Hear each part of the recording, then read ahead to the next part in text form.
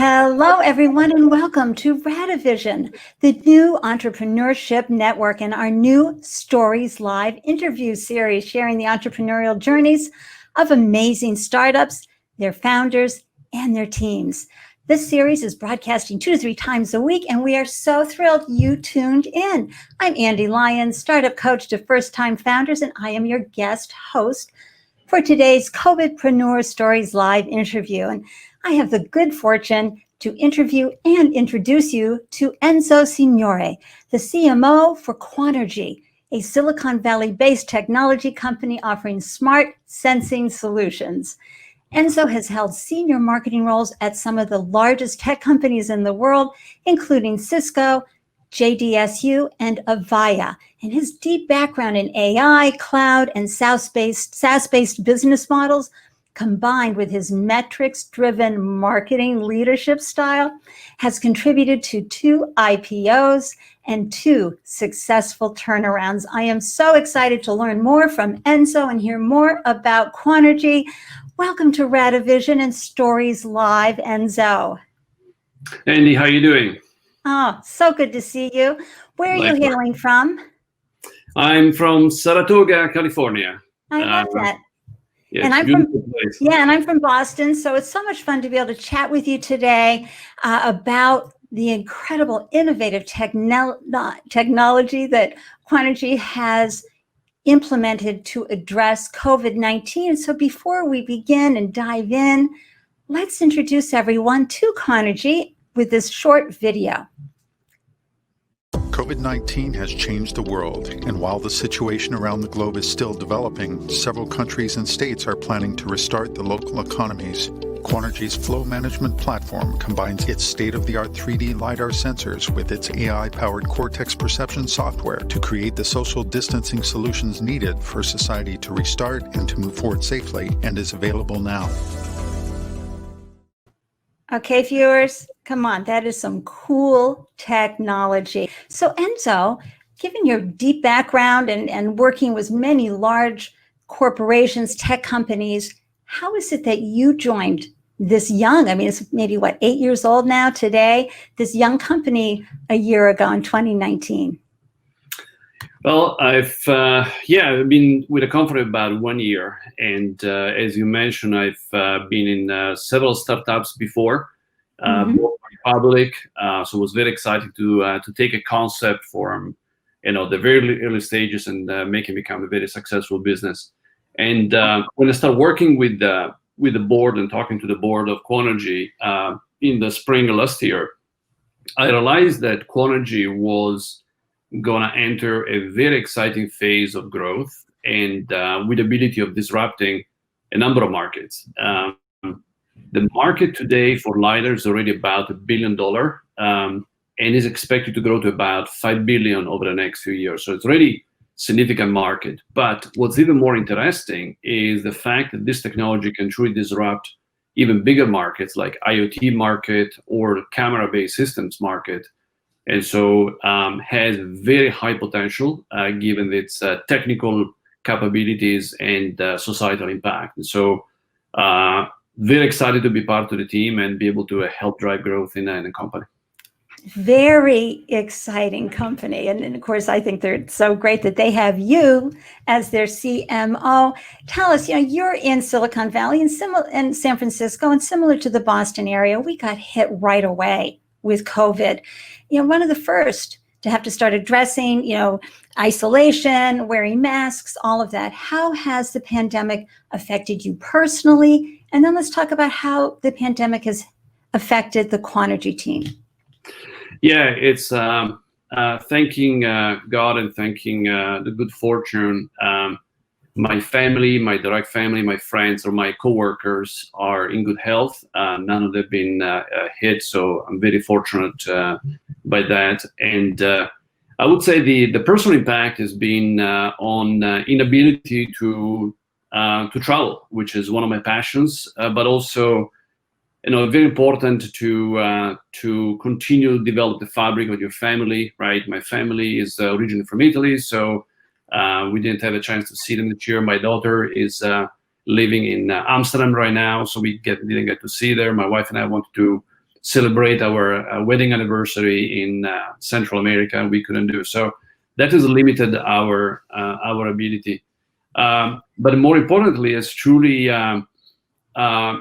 made it, from philosophical standpoint, appreciate more kind of the here and now, right? The carpe diem, or seize the day, because Right. you don't know when things outside of your control might impact your life, and so gives you more appreciation of enjoying every day to the fullest, because we never know when things are going to happen.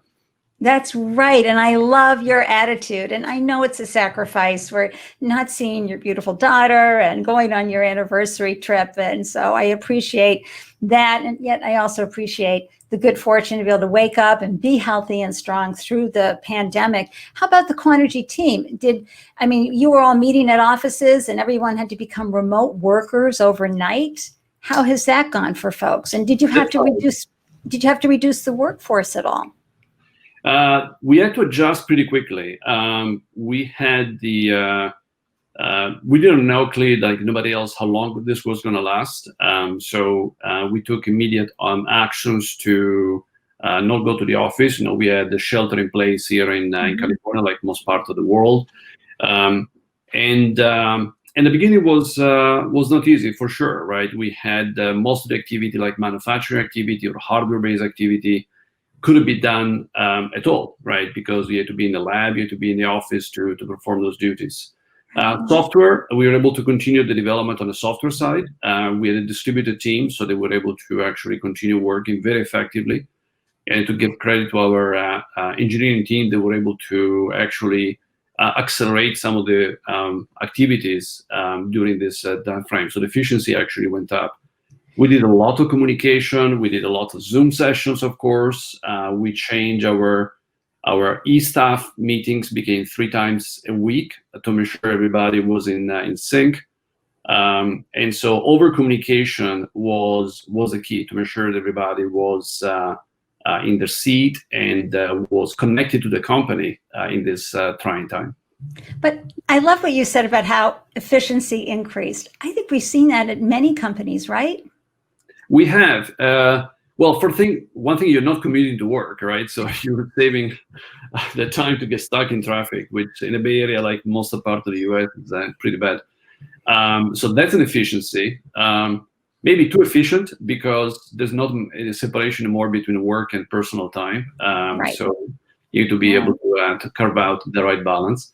But I honestly that because you're eliminating some of the intermediate things that might slow you down, and you have to be on time to the meeting on a conference room, actually in many ways has increased the efficiency. So I don't know if it's sustainable, but for the moment, Right. we're doing. I love that. And everybody has stayed healthy at Quanergy? Yes, we've been staying healthy. We have we had to adjust, of course, to the situation. So right now we have a number of people that can work from the office, and more people in sales or marketing or finance that don't need to be in the office are working remotely. So we have decreased the density in the office and enable more work at home, very flexible work at home scenario. Wonderful. So I'm just so curious. I love when companies, especially innovative companies like yours, see an opportunity, even if it's under really tough circumstances like a pandemic. Tell everybody how you saw this opportunity to serve the world and address COVID-19 with your innovative, and it's industry leading, folks, this 3D LiDAR flow management platform that they have. How did the conversation happen? Who saw the opportunity? Was it a collaborative effort, or did somebody go, I've got a great idea? How did it happen? Like all good ideas, they come from a collaborative process, right? You might have a spark in terms of what could be a solution, but you need to test it out, you need to validate it, you see, can the solution truly solve a real problem, and then can you implement it? So many people were involved in this process. But To give you kind of the genesis of this concept, of this product actually that we have made available since earlier in the spring, it to go back maybe a couple of steps. And so the LiDAR technology, we've been developing LiDAR solutions for quite some time, as you said, since the inception of the company. And about 2 years ago, we started adding software to LiDAR sensors, so we could actually detect the presence of people, their position in space, and the number of people, and so on and so forth. And so that's called flow management. We're managing flows. Flows could be of people or vehicle in the large environment. That's and right. So we're working with airports, right? So we have a lot of implementation, like in Singapore, Changi, or Miami Airport, where when we could travel, we were stuck in queues. And so one of the requirements in the US is to have a automatic real-time count of how many people are in the security line. So we can self-select the best queue, and the airport can also optimize the resources to provide us, to make sure that we don't get stuck in queue and get on our plane. And so we all remember, Enzo, that photo, right, of people just jammed in the airport. I think it was like in April, right? A whole bunch of people coming back. How does your flow management, your 3D LiDAR flow management, help keep things secure where people can feel like they're in their safety zone themselves? That's right. So what we said, well, we cannot count people anymore because there are fewer people at the airport. But we start asking a question: what can we use the technology for? Can we use the technology to help this situation? So my wife and I, for instance, were going to the store, and as you remember, there were long lines in front of the store, and people were keeping the distance at 6 feet. And so, well, what if we could actually count the number of people in the store and advertise the number of the wait time, so that we can go to the Whole Foods that has the shortest wait time, as opposed to being in line for 40 minutes, as some of us had to do, and with unnecessary contagion. Okay, that could be useful. Then we start saying, okay, can we count not people necessarily, but can we count the distance between people? Because it was critical for social distancing. And so we talked to our engineering team, and they said, yeah, actually, we can do it today, because 3D LiDAR is a 3D sensor, and so we can determine the presence of an object and also the distance. So if you and I were in the same area, the sensor could determine if you and I are at 6 feet, 8 feet, or any type of distance in real time. And so, okay, that could be useful. And so to your point, you said, well, let's go back to the airport and see if by using the same software, we can tell the airport the distance between people, so they can measure queues and tell people you are too close for comfort. Maybe you want to break up or separate and keep more social distance. And so that was the beginning of the solution. And then it grew from there across many, many use cases. How are people alerted? So we're all trying to get our luggage, or we're trying to get in queue, we're trying to get passed through security. How is one alerted? I mean, I can see the sensor is working, but then how does anybody know? Oop, too close. Oop, over here. You can, for instance, and this is done work with some of our partners, we can come up with a dashboard that in real time can display on a TV monitor the distance between us in a space. And so, for instance, can alert if people are too close to each other. You can have a sound. For instance, you can generate an alert if people are too close to each other.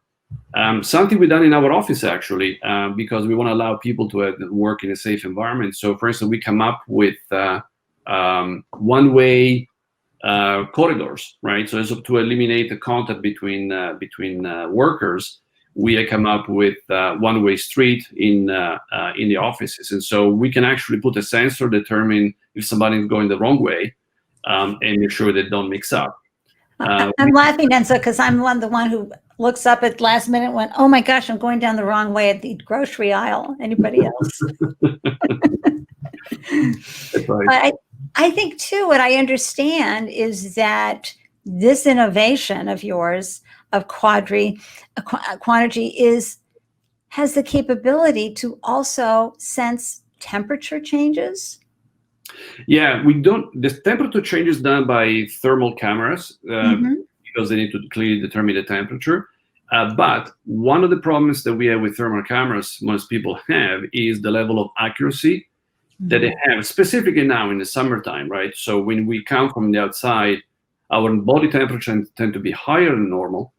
And so it takes a few minutes for the temperature to cool off and be more on the normal level.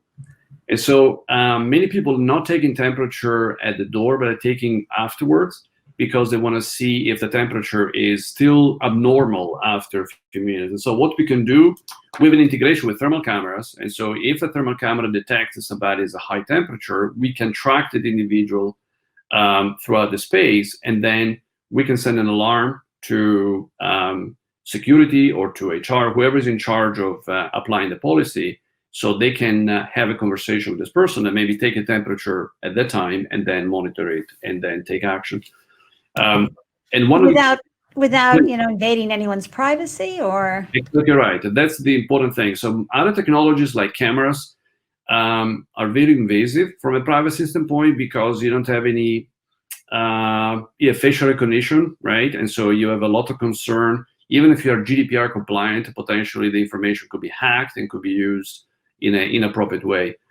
LiDAR technology doesn't use facial recognition, so there is no privacy concern. The only information we're capturing is the metadata, basically, of the reflections of light of our bodies. So there is no information about gender, there's no information about age, no information about anything. It's just we know there is a person, and that information is enough for this type of applications. I love that, something fierce, of course. And I know that other founders are out there figuring out, have come up with ideas themselves for how they could help address COVID-19. How did your team come together, though, with this idea, Enzo, and bring it to fruition? Because you had to work quickly. Is your team used to working quickly like this? Were you able to bring it to market in a relatively fast time? How did that go? It was really fast.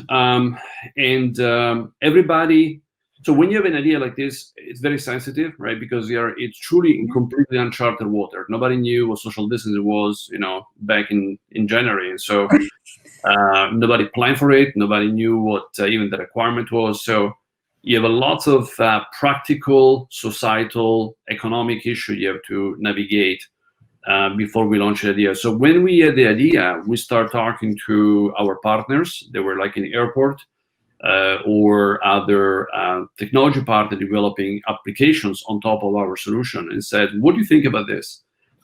And unanimously, everybody said, wow, this can truly help. But we kept asking, we kept checking in case there was something we were missing in terms of the solution. So we took about, I would say, a couple of weeks to test different use cases, to talk to different people in different industries geographically, because there is a lot of cultural differences that we need to be addressed between Asia to Europe, for North America. So different way of looking at life, looking at policies also for implementing social distancing. Every country had their own policy in many ways. So we did a fairly quick analysis, but fairly in depth, for about 2 weeks. And then we discussed internally whether to prioritize it or not. And the whole team said, yep, it makes sense. Let's provide a solution.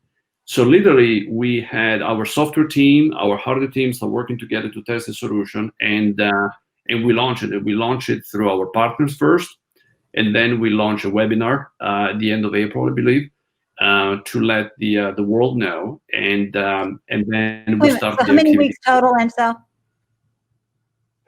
From start to finish, from the idea, so maybe 8 weeks, and you were ready to launch? I would say, yeah, even potentially shorter than that, yeah. Would take about 6 weeks, yeah. That's amazing. Did the company decide to designate resources to that categories and tell everybody, okay, stop what you're doing over here and let's all hands on deck on this flow management platform? Flow management was already fairly developed, so that was the key advantage. If you had to develop from scratch, it would have taken much longer. So in this case, it was truly leveraging what we had done already for flow management, like for airports, for smart cities, and work with our partners to develop those dashboards you were asking for, right? How do we visualize information? How do people know that they're doing something that potentially is not the right thing? And so we develop our own demo software, work with our partners to develop the solution. And that was very fast. I was actually impressed also by our partners. They developed the solution very quickly. We work with company like Radivision, company like Genetech. They, in a matter of weeks, they developed a plugin that was extracting information. So that enabled us to go to market very, very quickly. That had to have been so exciting for everybody, right? It was very exciting. It was very exciting to see also that from truly an idea concept, we went to market literally in a few weeks, and everybody said, we're going to go for it. And so that was very exciting. Everybody was moving in the same direction. Well, and that means, Quanergy is a nimble company, which is lovely when you can, as you're growing and you're scaling your business over the years, folks, be able to keep that innovative nimbleness while you're, implementing systems and procedures to have effectiveness is a challenge. And you tested the business, everybody on the team tested the business's ability and the team's ability to meet this really incredible initiative and time-sensitive initiative.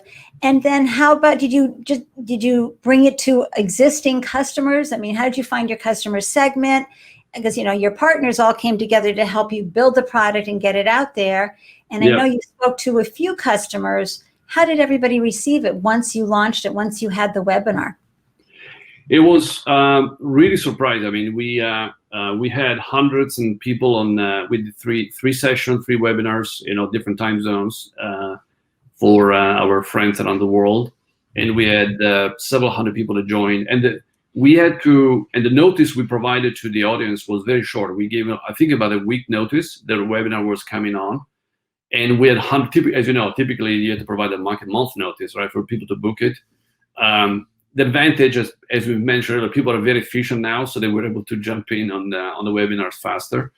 But the interest was very strong, and so the reception was very good. What I was very pleased by was the partners that truly embrace the concept and they start marketing the solution or embracing the solution within the portfolio, so that more people could take advantage.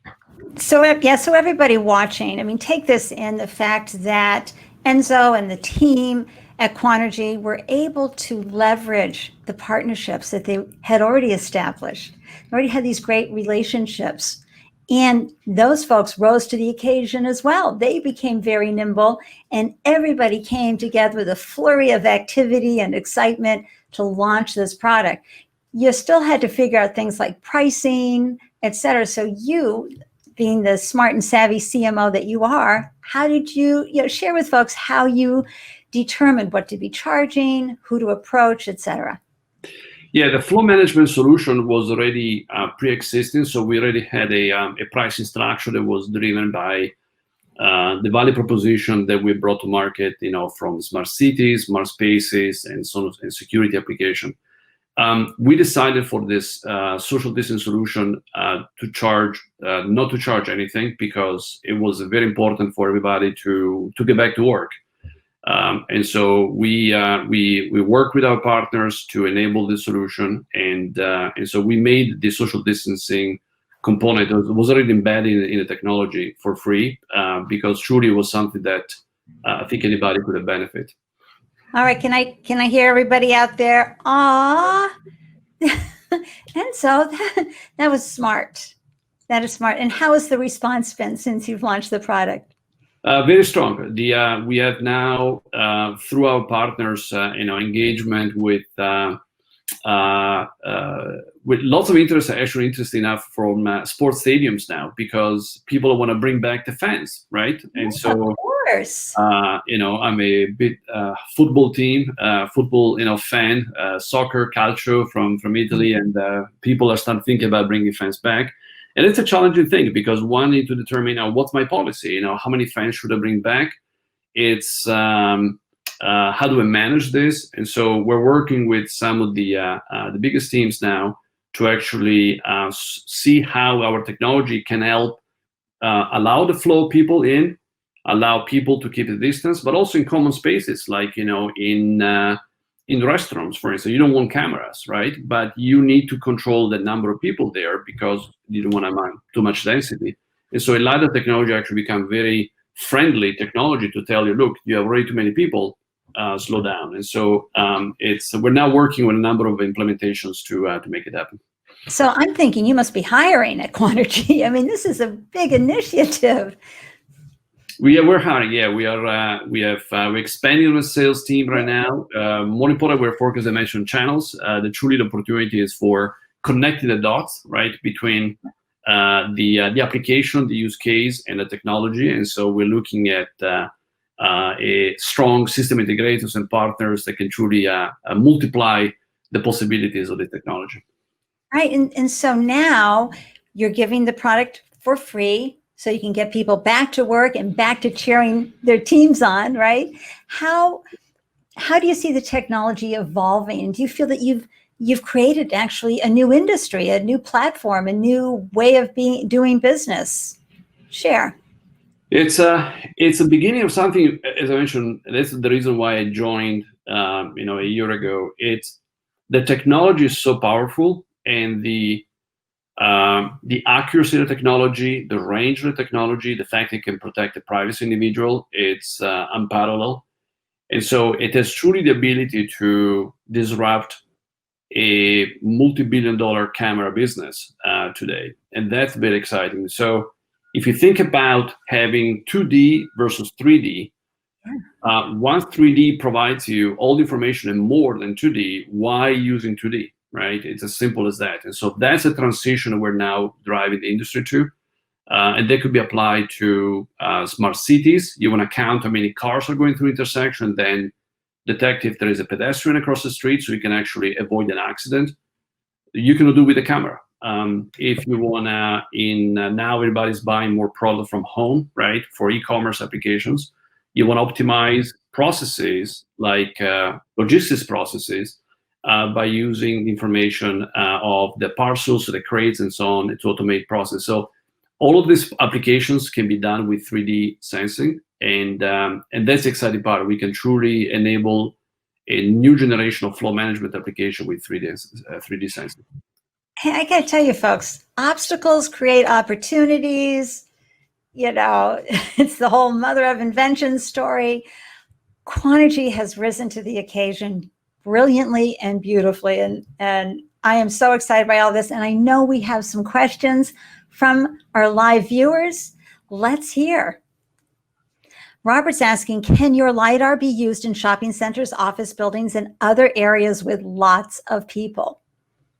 Yes, great question. Absolutely. There was, as I mentioned, one of the genesis actually of this whole social distancing solution, because I like shopping, but to some extent, and especially when I was stuck in queue for a long time, was not my cup of tea. So, but absolutely, you can count, and there's a big opportunity right now for retailers to not just count the number of people, but also associate information on the footfall to the number of transactions that are being exchanged, right? The number of purchases made in the same time. So if you see 100 people coming in, and you only have 20 people buying, you only have a 20% conversion rate. So why?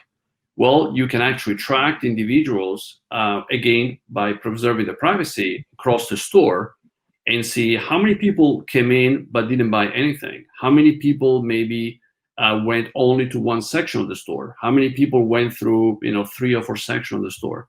So you can have a very detailed and powerful data to understand how the footfall is generated, is maturing, is evolving, and how much revenue you're collecting. So you optimize your revenue, optimize your merchandising, optimizing your the way you display the products, and increase your revenue and conversion rate. And so I have to say, that is spoken like a true metrics-driven, data-driven CMO. I love that, something fierce, because folks, you cannot do any of this, especially marketing, without the data, without this constant valuing and evaluation of the numbers and the data. It'd be like driving your car without a steering wheel.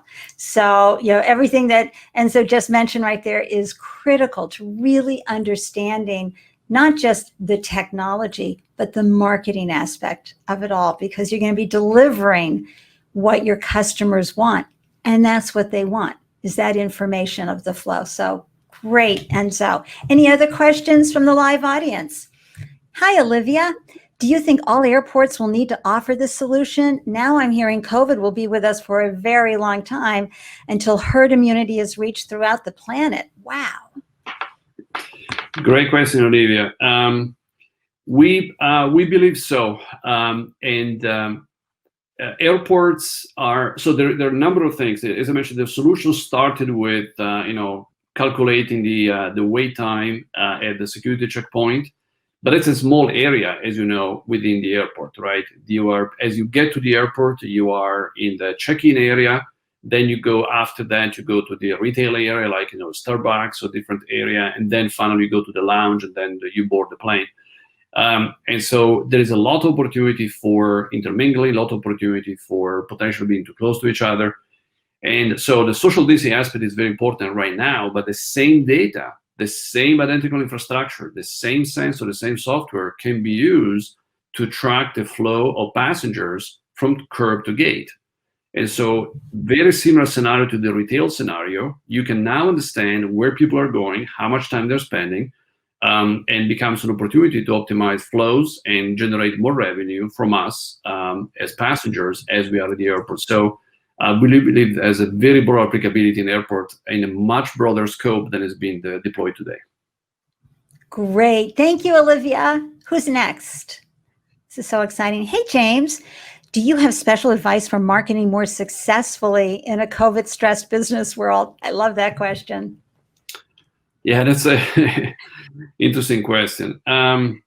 Well, everything is going virtual right now, right? Yeah. So we were, starting to have a number of activities, more traditional shows like CS and other more industry-specific events, and they're all going virtual. And so definitely optimize your virtual strategy, your digital strategy is absolutely critical. As I mentioned, because we're more efficient in many ways, I think it's potentially easier to reach people via webinars and other activities. But more importantly, we need to go back to the basics. I think people are looking for direction. They're looking for guidance. They're looking for a value proposition that's irrespective of whether we are in COVID world or not. And so try to develop ways to truly be in touch with your customers, which is very hard today, this day, because of physical separation. But we still need to keep listening to the customers. And so I wouldn't just rely on digital for the sake of digital. I would try to find ways to have forums, technology advisory groups, or any other activity to truly keep understanding the pulse of the situation live from your audience, and then develop a strategy accordingly. Thank you for that, Enzo. Seriously, your background, you brought in everything we needed to know. Events like this that Radivision is doing with their live story series, as well as ways to, increase touch and warmth and connection, because we can't have that coffee. We can't show up at their office and see them, or we can't network with them in traditional ways. So thank you for that.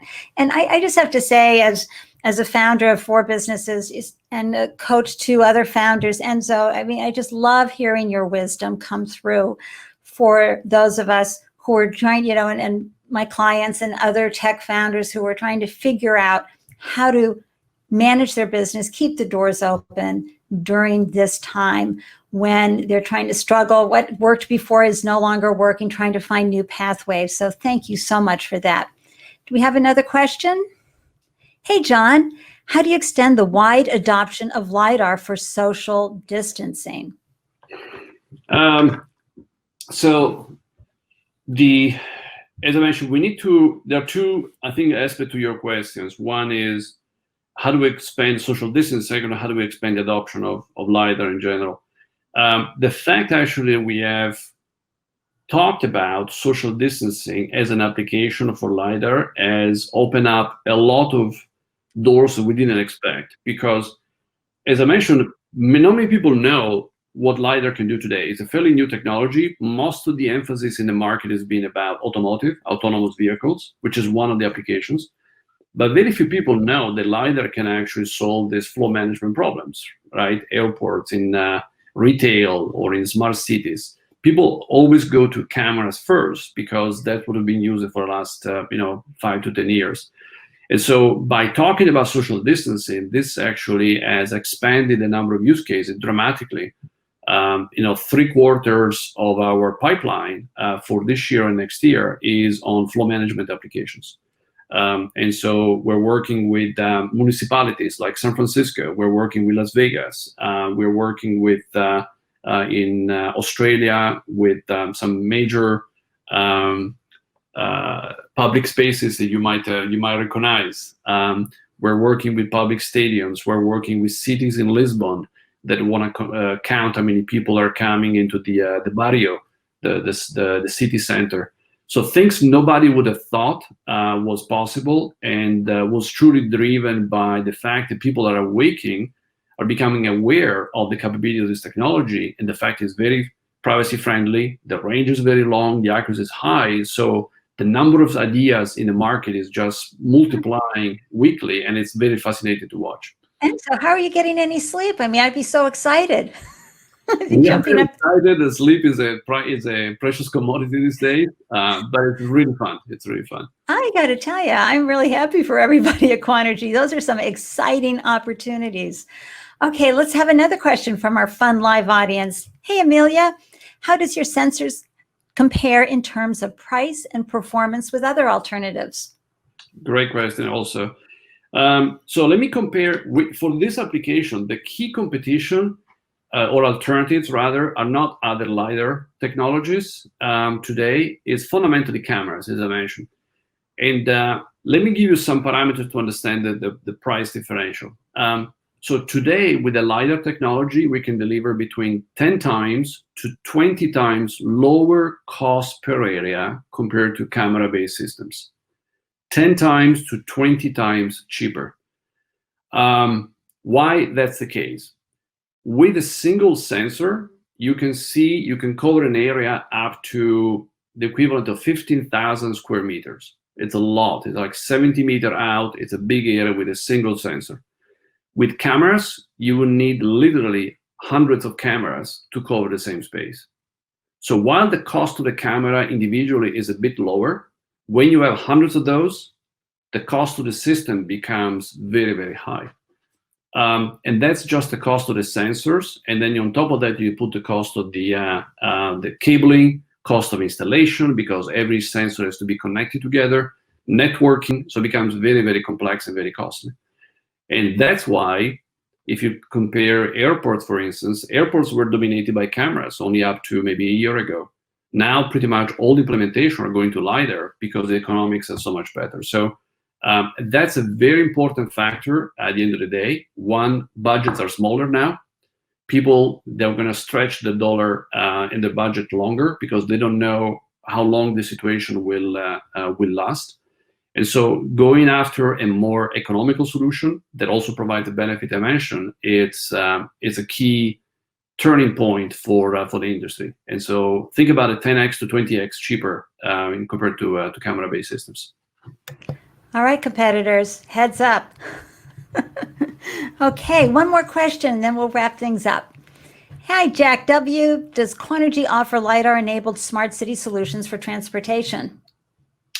Yes, Jack. We provide solutions for smart cities. We have about 25 implementations around the world now, from Europe to Adelaide, Tampa, Orlando, Las Vegas.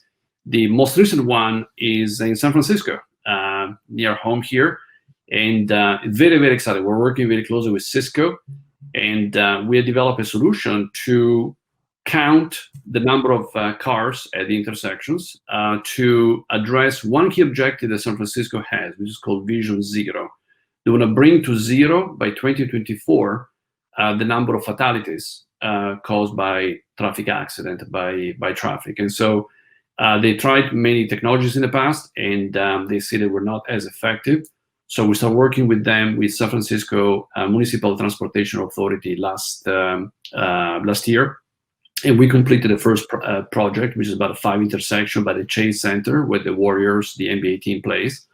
And we're now in the process of starting a second phase for additional 6 intersections to take the learning from the initial deployment and apply it to the new intersections.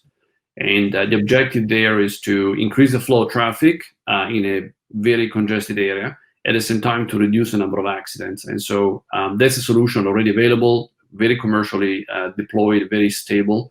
And so we're now expanding it across the market. So exciting. And so thank you so much for joining the Radivision Stories Live series and for sharing Quanergy's amazing COVID story. I mean, how your team came together very quickly with your partners and solved a serious problem to get folks back to work faster and traveling again and cheering their teams on again. I mean, and then not charging for it. Come on, this is just such a great story. I'm so thrilled that you joined us and had the time to share this story. Thanks so much, Andy. It was my pleasure. And viewers, thank you for tuning into today's episode of Stories Live. I got to tell you, your questions were outstanding. And for those watching the replay, we are so thrilled you're here.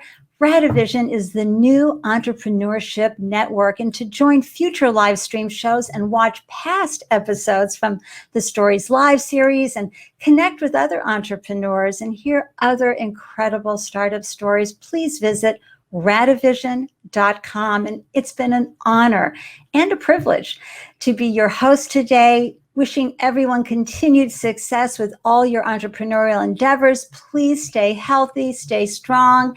And Enzo, let's say goodbye to all. Take care, guys. Bye-bye. Thanks, everyone.